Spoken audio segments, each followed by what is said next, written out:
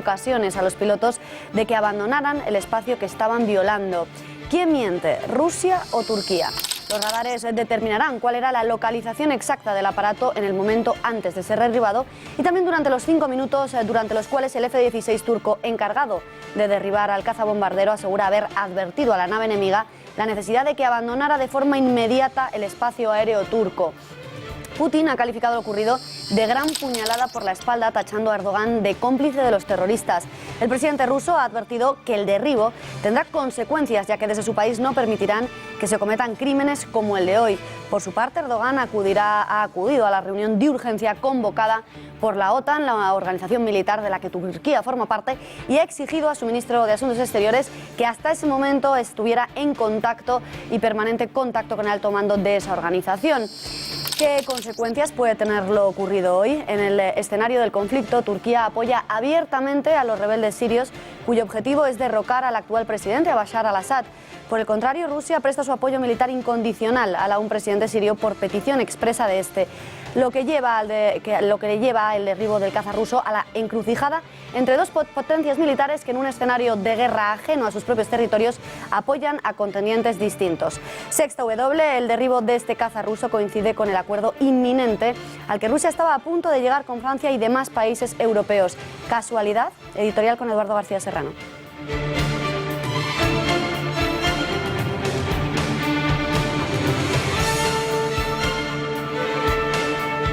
Buenas noches, Beatriz. Si Hamlet redivivo tuviera que hacer el análisis del derribo del caza ruso, comenzaría diciendo que algo huele a Pearl Harbor en el espacio aéreo turco-sirio. Turquía y Rusia mantienen intereses radicalmente divergentes en Siria. Cada uno de ellos combate directa o indirectamente en bandos enfrentados. Los turcos apoyan a los rebeldes y los rusos al presidente sirio. Tras la masacre de París, Hollande estaba tejiendo una coalición internacional en la que Rusia estaba incluida para combatir al Estado Islámico. Si esa coalición llegase a conformarse, Rusia y Turquía, enemigos irreconciliables en Siria, estarían en el mismo bando. Turquía, parapetada en su pertenencia a la OTAN, derriba un caza ruso después de que Hollande se entrevistase con Obama y antes de que lo haga con Merkel y con Putin. Raro, muy raro. Y sospechoso, muy sospechoso. Los dos pilotos rusos han muerto, curiosamente, a manos de los aliados de Turquía en Siria. Efectivamente, algo huele a Pearl Harbor en el espacio aéreo turco-sirio.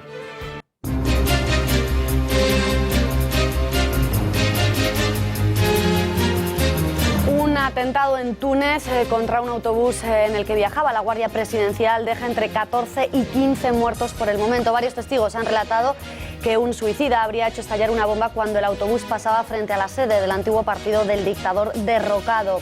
Ocurría en una céntrica avenida, la Mohamed V. En un comunicado, el Ministerio del Interior ha confirmado que se trata de un ataque terrorista y que entre las víctimas hay un número elevado de muertos y heridos.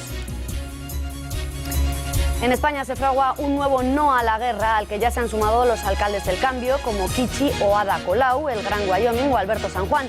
Bajo el lema No en mi nombre han convocado una manifestación para el próximo sábado, iniciativa con la que Pablo Iglesias asegura estar de acuerdo. Sin embargo, desde el PSOE hacen equilibrios, no quieren la guerra, pero consideran que no es momento de manifestarse. A otras manifestaciones creo que se deben dar cuando toque, es decir, cuando se produzcan hechos que nos interpelen como sociedad y que nos llamen a manifestarnos contra algo.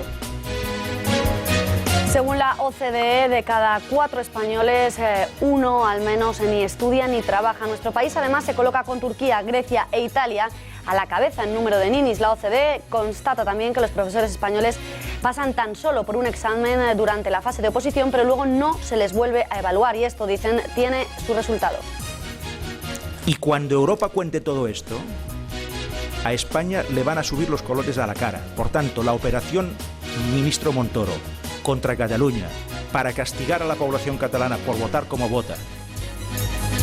Artur Mas acusa al Estado de agresión humillante por la decisión anunciada por Montoro de ejercer mayores controles para el cobro de recursos del Fondo de Liquidez Autonómico. A partir de ahora, el Gobierno pagará directamente a los proveedores, algo que Artur Mas considera que va en contra de toda la ciudadanía catalana. Montoro le ha respondido que lo único que va en contra de la ilegalidad es usar fondos del FLA en políticas independentistas.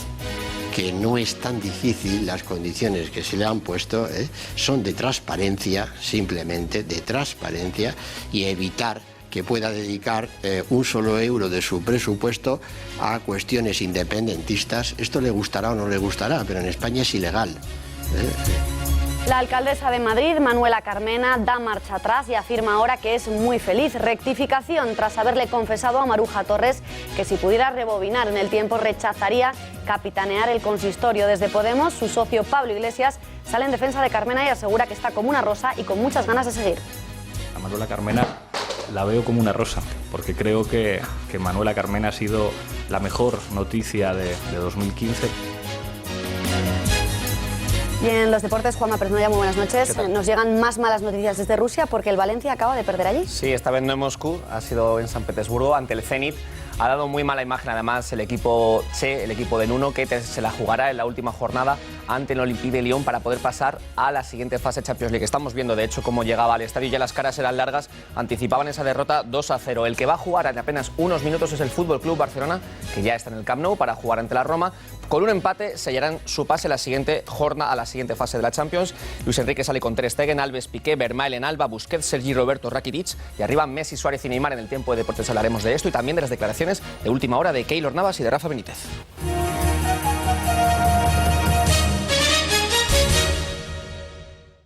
Esta tarde ha tenido lugar un nuevo atentado. Ha sido en un autobús presidencial en el centro de Túnez y al menos habría entre 14 y 15 muertos según las últimas informaciones. Se trataría de una explosión en el interior de un autobús en el que viajaba la guardia del presidente y que ya ha sido confirmado como atentado por las autoridades tunecinas.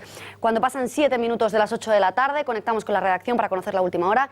Juan Ernesto Fluger, ¿qué más sabemos de lo ocurrido en Túnez? Muy buenas noches. Buenas noches. Pues sí, en una rueda de prensa dada por un representante, un portavoz del Ministerio del Interior de Túnez, ha confirmado varios extremos. En primer lugar, que el objetivo ha sido un autobús de la Guardia Presidencial, que todos los fallecidos, salvo 2, serían agentes del orden, es decir, miembros de esa Guardia Presidencial, que los otros 2 serían probablemente el conductor y 2 autobuses, el conductor y un civil que se encontraba en la zona, y además ha señalado que todas las investigaciones iniciales apuntan a un atentado yihadista, aunque todavía se ha negado a confirmarlo oficialmente. De confirmarlo, que será en las próximas horas, sería el tercer atentado yihadista que sufre Túnez. El anterior fue, recordemos, aquel asalto a un hotel de titularidad española en la costa de Túnez. De esta manera se consigue una de las estrategias del mundo de la yihad, que es arruinar los países antes de hacerse con el poder en ellos. Y además te cuento una última hora de la investigación en Francia sobre los atentados del 13 de noviembre,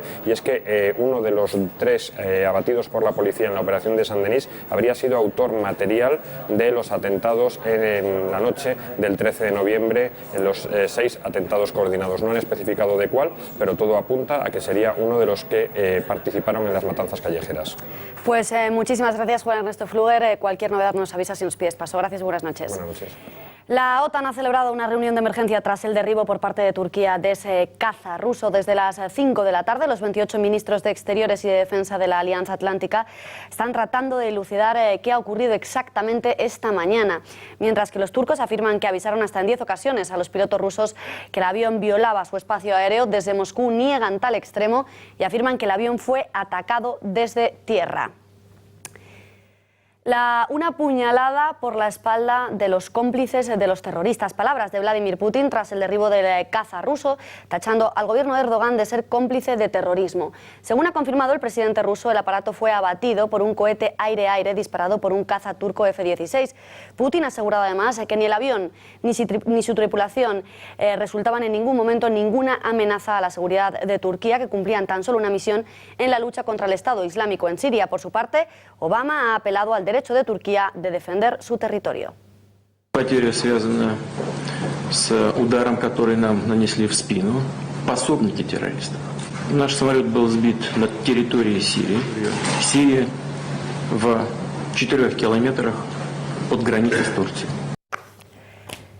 Para Para analizar todo lo ocurrido esta mañana con ese derribo del caza ruso por parte de Turquía, nos acompaña ya el analista político internacional Ricardo Ruiz de la Serna. Ricardo, muy buenas noches. Buenas noches, Beatriz. Buenas noches. Vamos a ver, ¿cómo se puede saber quién miente, quién dice la verdad? Porque, por un lado, Rusia afirma que el caza se encontraba en el espacio aéreo sirio. Por otra parte, Turquía dice que no, que se encontraba en su territorio, en su espacio aéreo, violando su espacio aéreo y que se le avisó hasta en 10 ocasiones. ¿Hay alguna manera de saber dónde estaba exactamente ese caza minutos antes y en el momento del derribo? A ver, en Siria hay una guerra y la primera víctima de las guerras es la verdad.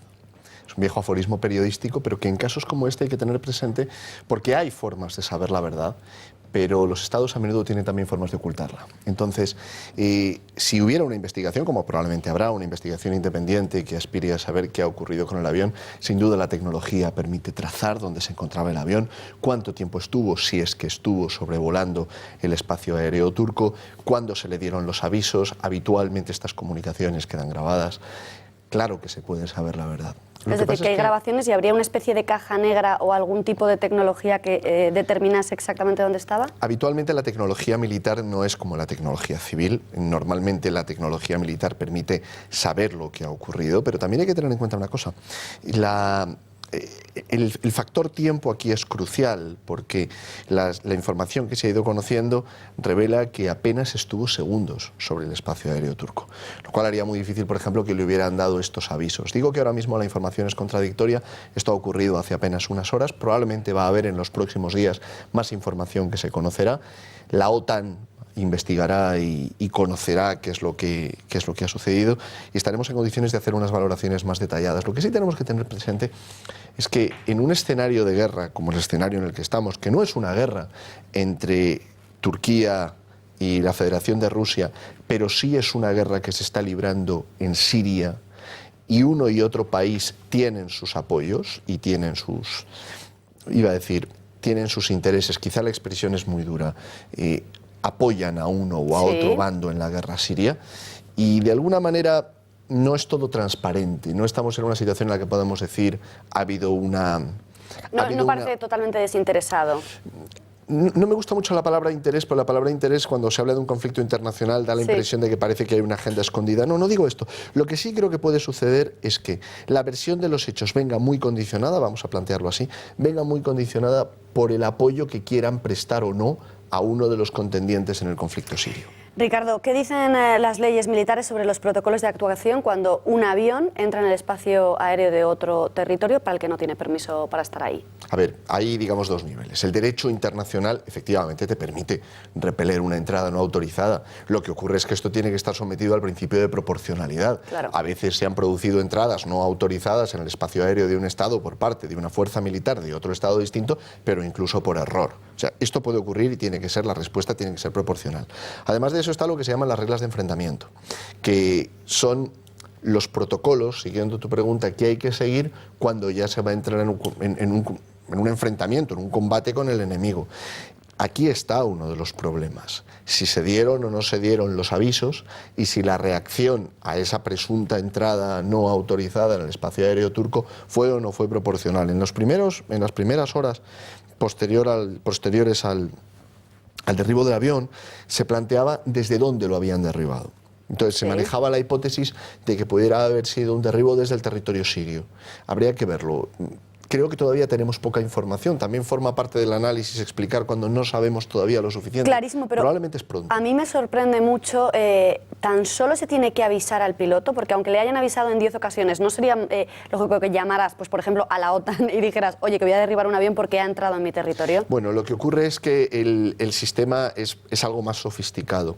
Todo el espacio aéreo de los países de la OTAN y en general todo el espacio aéreo de los estados está controlado. No es una cuestión de que uno llama y dice, oye, ha entrado uno por allí. No, se sabe perfectamente que está llegando. Entra. Claro, yo creo que aquí el debate es más bien, primero, si se avisó o no se avisó al piloto, que era quien podía haber entrado incluso por error, primero. Segundo, si efectivamente existió esa entrada y después la proporcionalidad de la respuesta. Por ejemplo, ha habido casos en los cuales se ha acompañado al avión fuera del espacio aéreo. Entonces, cuando ha entrado una aeronave que no estaba autorizada, han despegado dos aviones y la han acompañado fuera. ¿Y en tu opinión ha actuado bien Turquía con esta respuesta? Es pronto para decirlo, Beatriz. Vamos a tratar de ver las cosas con algo de ecuanimidad. Creo que se tiene que examinar si Turquía ha actuado bien. Creo que se tiene que examinar. Se tiene que ver, se tiene que extraer la información. No estamos en condiciones de decir si ha actuado bien o lo ha hecho mal. No, creo que se tiene que investigar. Creo también Pero a priori parece desproporcionado. El destino de los pilotos es muy extraño. Es decir, si efectivamente a los pilotos los han matado, el derecho de la guerra obliga a que cuando se capturan prisioneros, y son prisioneros uniformados, identificables como combatientes de un ejército, no diré enemigo porque no sé en qué territorio cayeron, pero de un ejército contrario, hostil. Rival.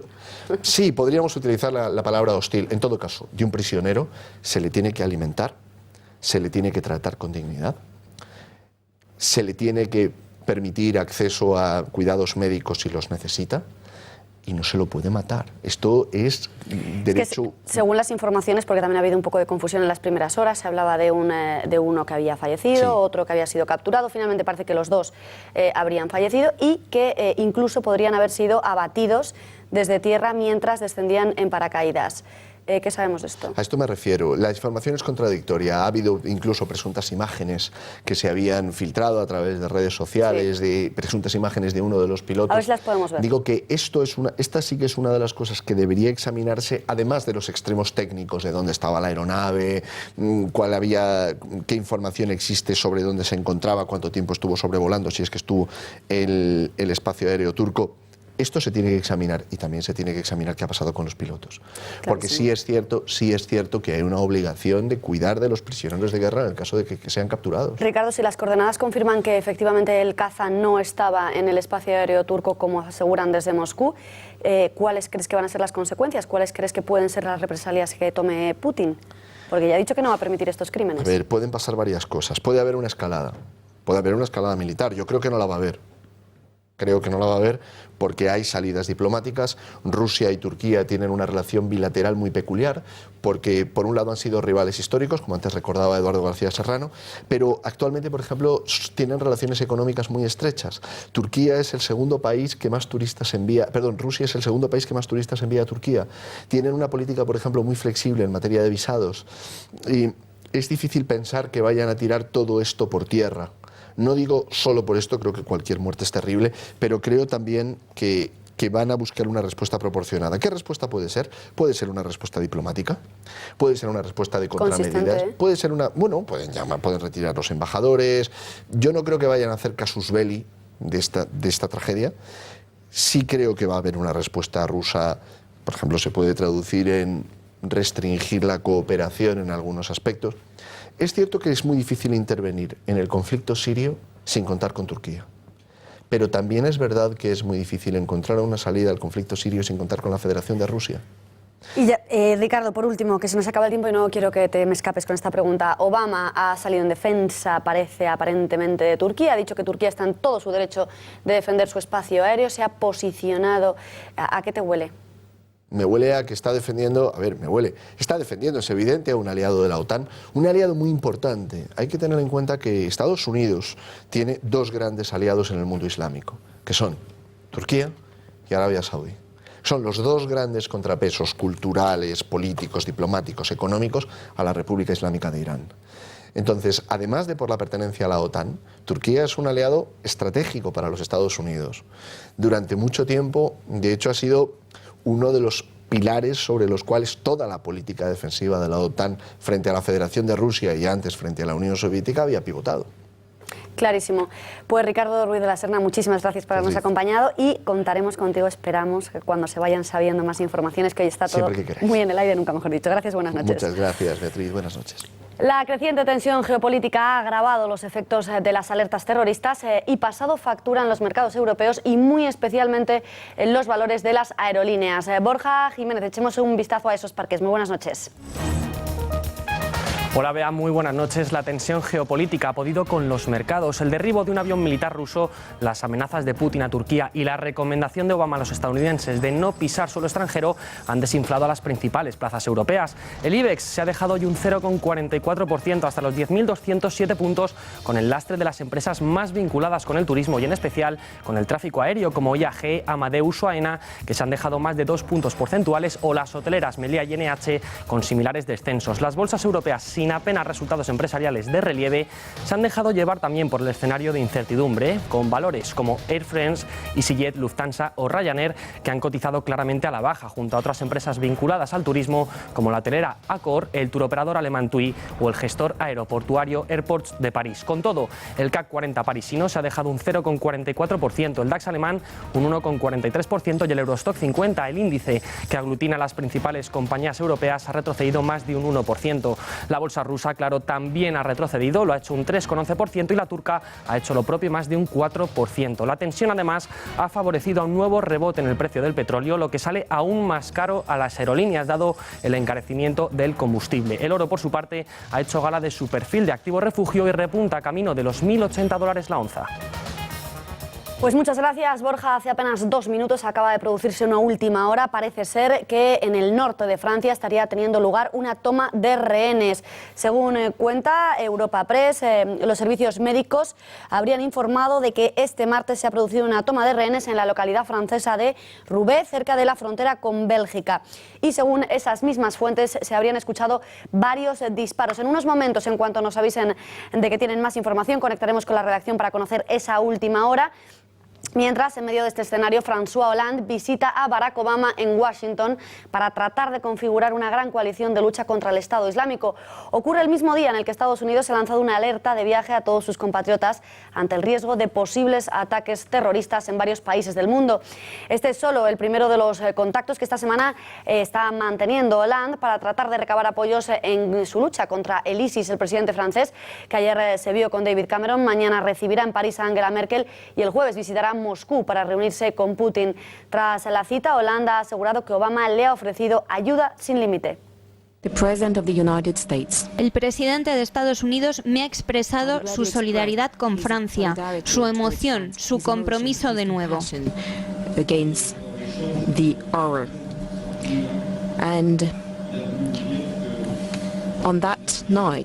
Esta noche me ha dicho que Estados Unidos apoya a Francia, que la ayuda no tendrá límites.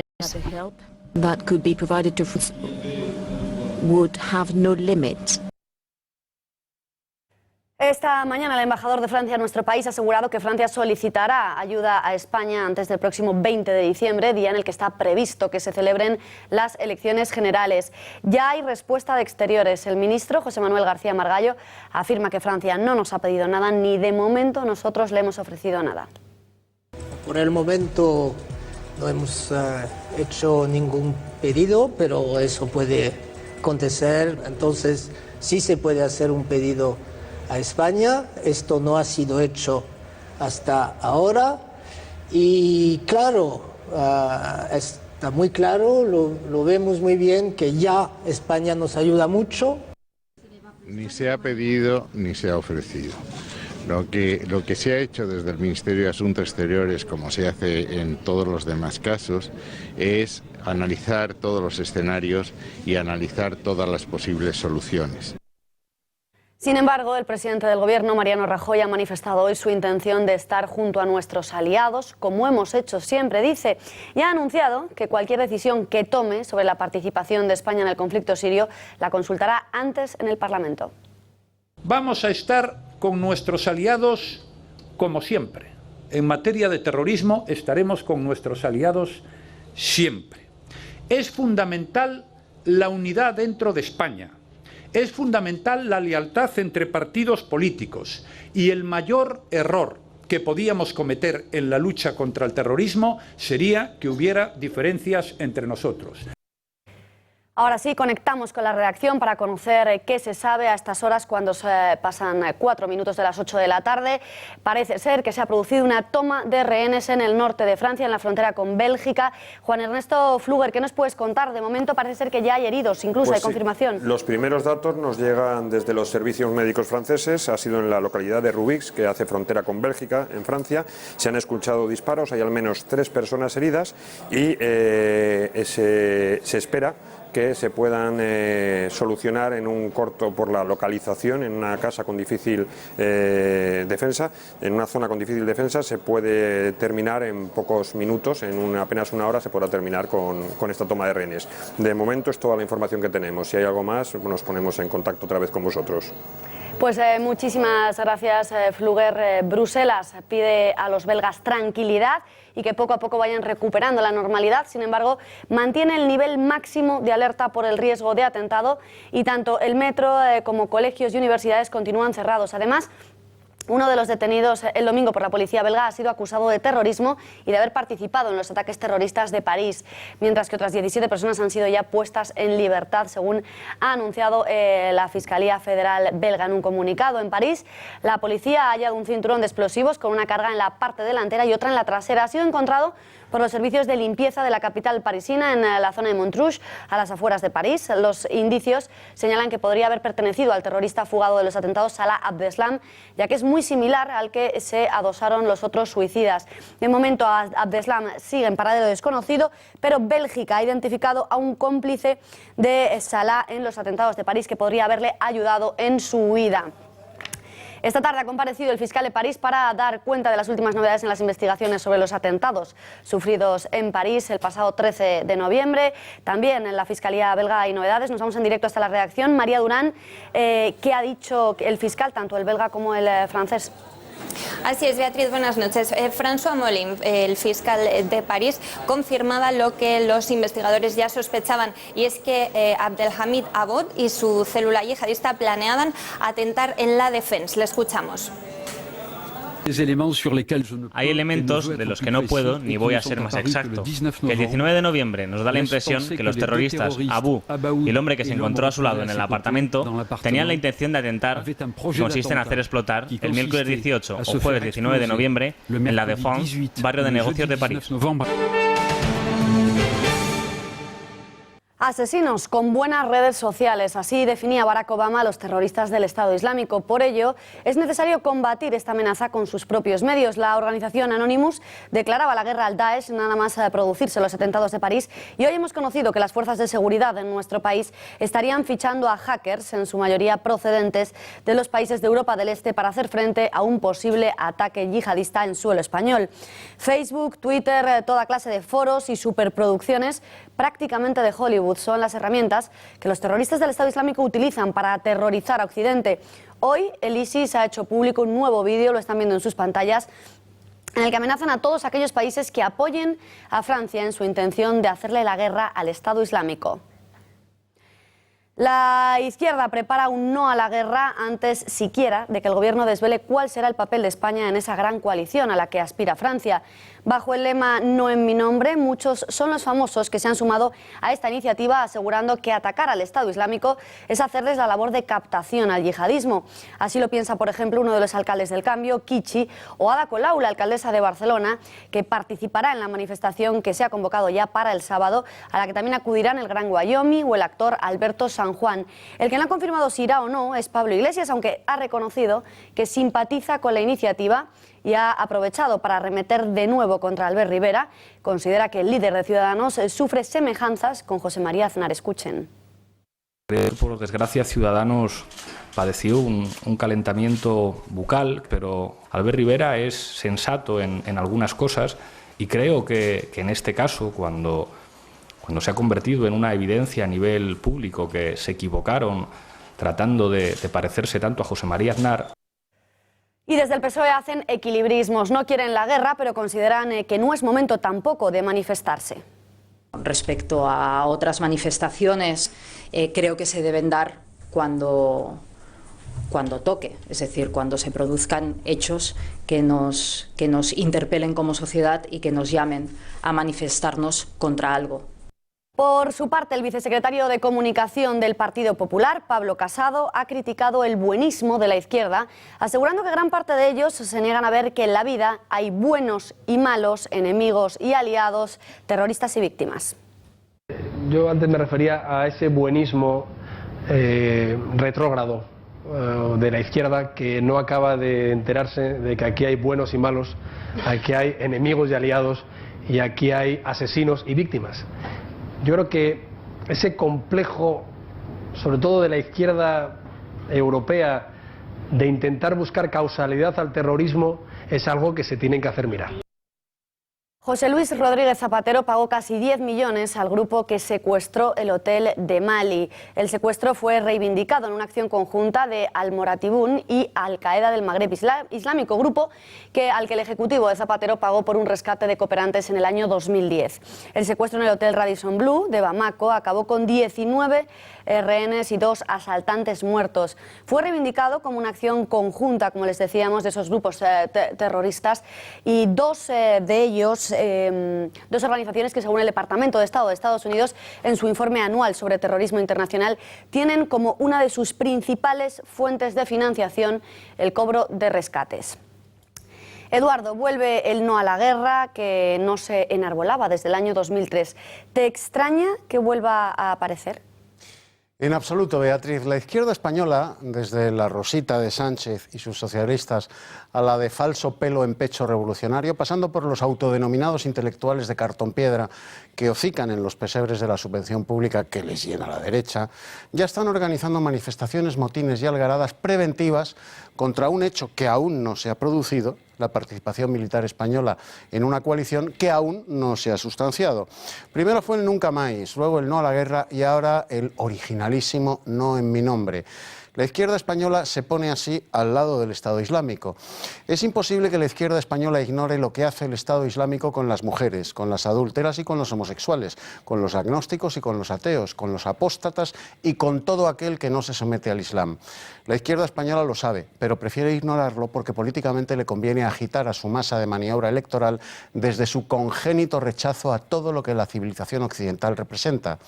La izquierda española es la heredera de aquellos traidores que les abrieron las puertas de Constantinopla a los musulmanes porque, aun siendo cristianos, decían preferir un turbante a una mitra en Santa Sofía.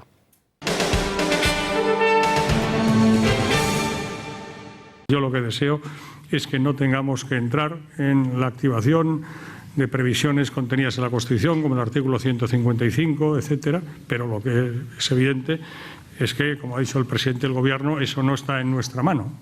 El presidente del Gobierno ha dicho que tras la impugnación de esa resolución aprobada por el Parlamento el pasado 9 de noviembre, ojalá no se tenga que tomar ninguna decisión, simplemente pues porque se acate, se respete esa decisión y se gobierne en el marco de la Constitución, en el marco del Estatuto, en el marco de nuestro ordenamiento jurídico con absoluta normalidad. Mientras los independentistas avanzan en su desafío al Estado, el ministro del Interior, Jorge Fernández Díaz, ha vuelto a desenfundar el artículo 155 como una posibilidad real que está ahí. El ministro espera no tener que llegar a intervenir la comunidad, pero no descarta tener que hacerlo si los separatistas continúan por el camino de la ilegalidad. Por su parte, Mariano Rajoy ha querido tranquilizar a los funcionarios catalanes tras las palabras de ayer del número 2 de Economía en la Generalitat, que instó a los farmacéuticos a poner una vela a su patrona preferida para saber cuándo cobrarían. Dice Rajoy que los catalanes cobrarán pese a la inoperancia de sus gobernantes. Los proveedores de Cataluña estén tranquilos, van a cobrar porque tienen derecho a hacerlo, pero van a cobrar a pesar de la inoperancia de quienes han gobernado en los últimos tiempos.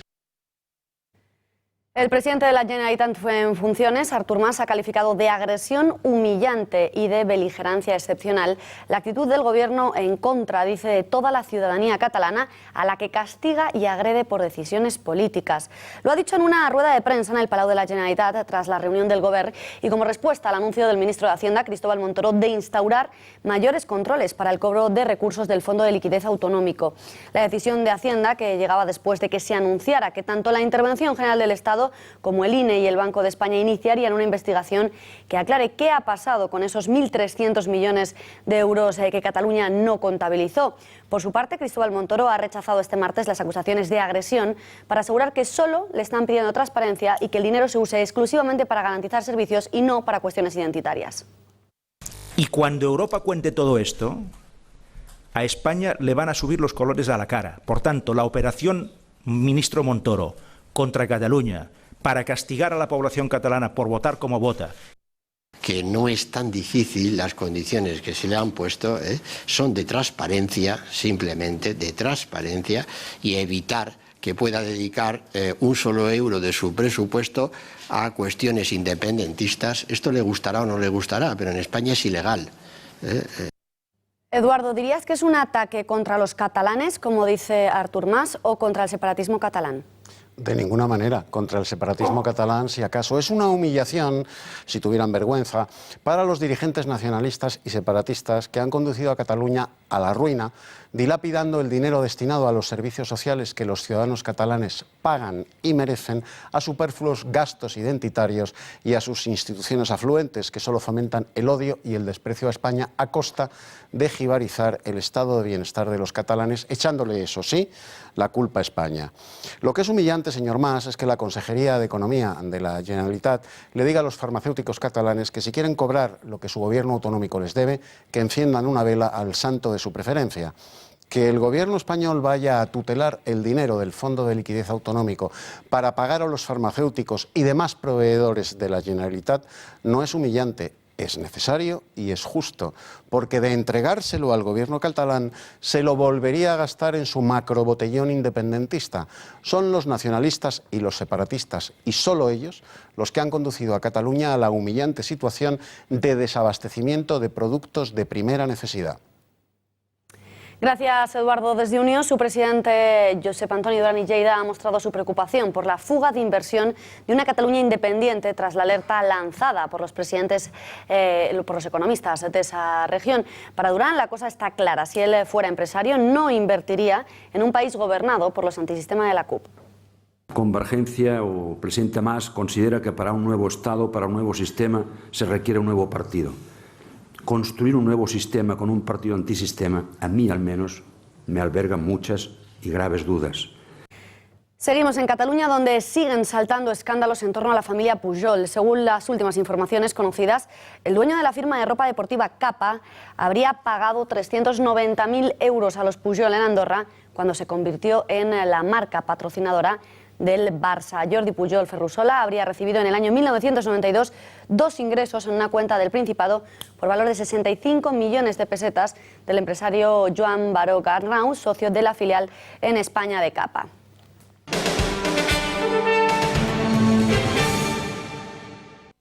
Mariano Rajoy no participará en el debate a 4 antes de las elecciones, que se celebrará el día 7 de diciembre, y en su lugar ha decidido mandar a Soraya Sáez de Santamaría.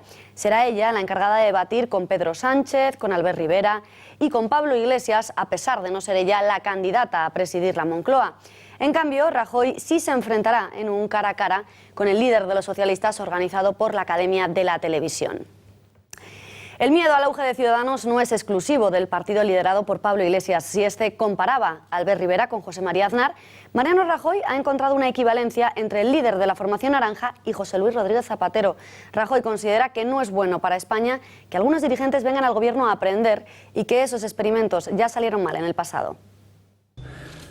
No es bueno para España que nadie venga al gobierno a aprender. Ya hemos conocido quién estuvo en el gobierno y llegó para aprender, y ya hemos conocido los efectos que se produjeron. Además, desde el Partido Popular consideran que un hipotético pacto entre Pedro Sánchez, entre socialistas y ciudadanos, y Albert Rivera sería una alianza de perdedores. Escuchamos a Pablo Casado.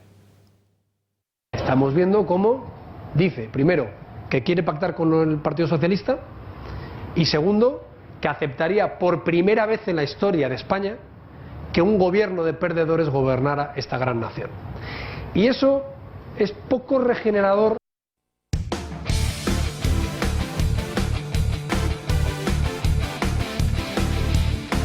De los deportes, Juanma Pérez Noya, hola de nuevo. ¿Qué tal? Acaban de hablar Keylor Navas y Rafa Benítez en Ucrania, ¿no? Sí, eso es. Aparte del partido que ha jugado ya el Valencia y que jugará también en apenas unos minutos el Barcelona, de los que ya hemos hablado al inicio de este telediario, mañana el Real Madrid juega en Ucrania, juega ante el Shakhtar Donetsk e intentará mejorar esa nefasta imagen que dejó ante el Fútbol Club Barcelona. Vamos a ver justo la llegada del Real Madrid precisamente a Ucrania y la locura que ha desatado en el aeropuerto de ese país del este. De hecho, incluso los propios agentes de aduana han acabado pidiéndoles autógrafos a Cristiano Ronaldo. Le estaban pidiendo el pasaporte para que pasara, como decimos, la aduana y, sin embargo, han acabado pidiéndole autógrafos. Bueno, pues como decimos, hoy han hablado Keylor Navas y Rafa Benítez y ayer lo hizo Florentino Pérez. Justo vamos a ver a continuación cómo compareció ante los medios en ese palco VIP del Santiago Bernabéu para respaldar al entrenador blanco después de la goleada y para darle su máximo apoyo.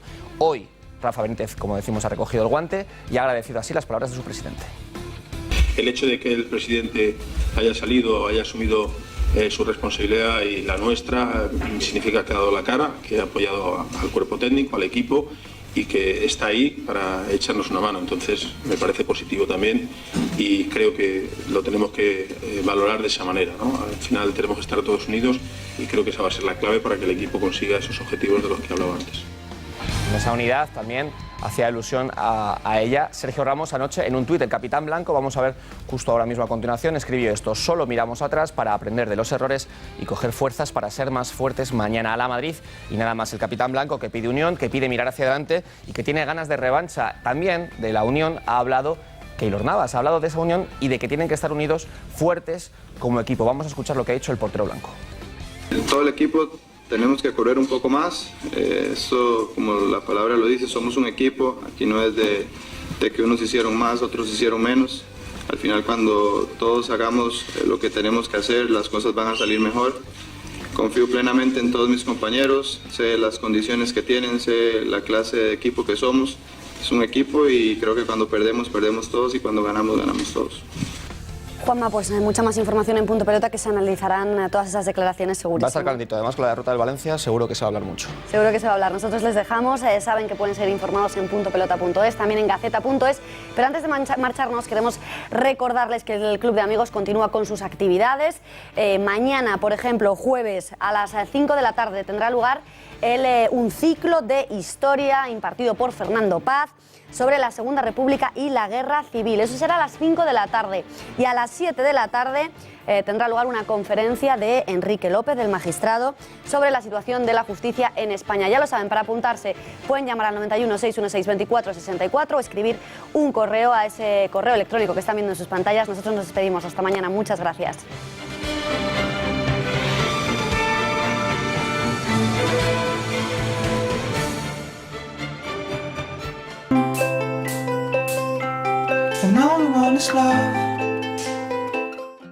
Si hay algo que no puede faltar el día de tu jubilación, son ilusiones por cumplir. Tampoco pueden faltar retos por alcanzar, ni lugares por descubrir. Por eso, empieza a planificar hoy tu futuro con CaixaBank, para que puedas disfrutar de todo sin que te falte nada. Caixa Futuro, expertos en tu jubilación. Hoy sale Corral seguro. ¿Qué dices? Hay más delanteros en forma. ¿Apostamos una cena?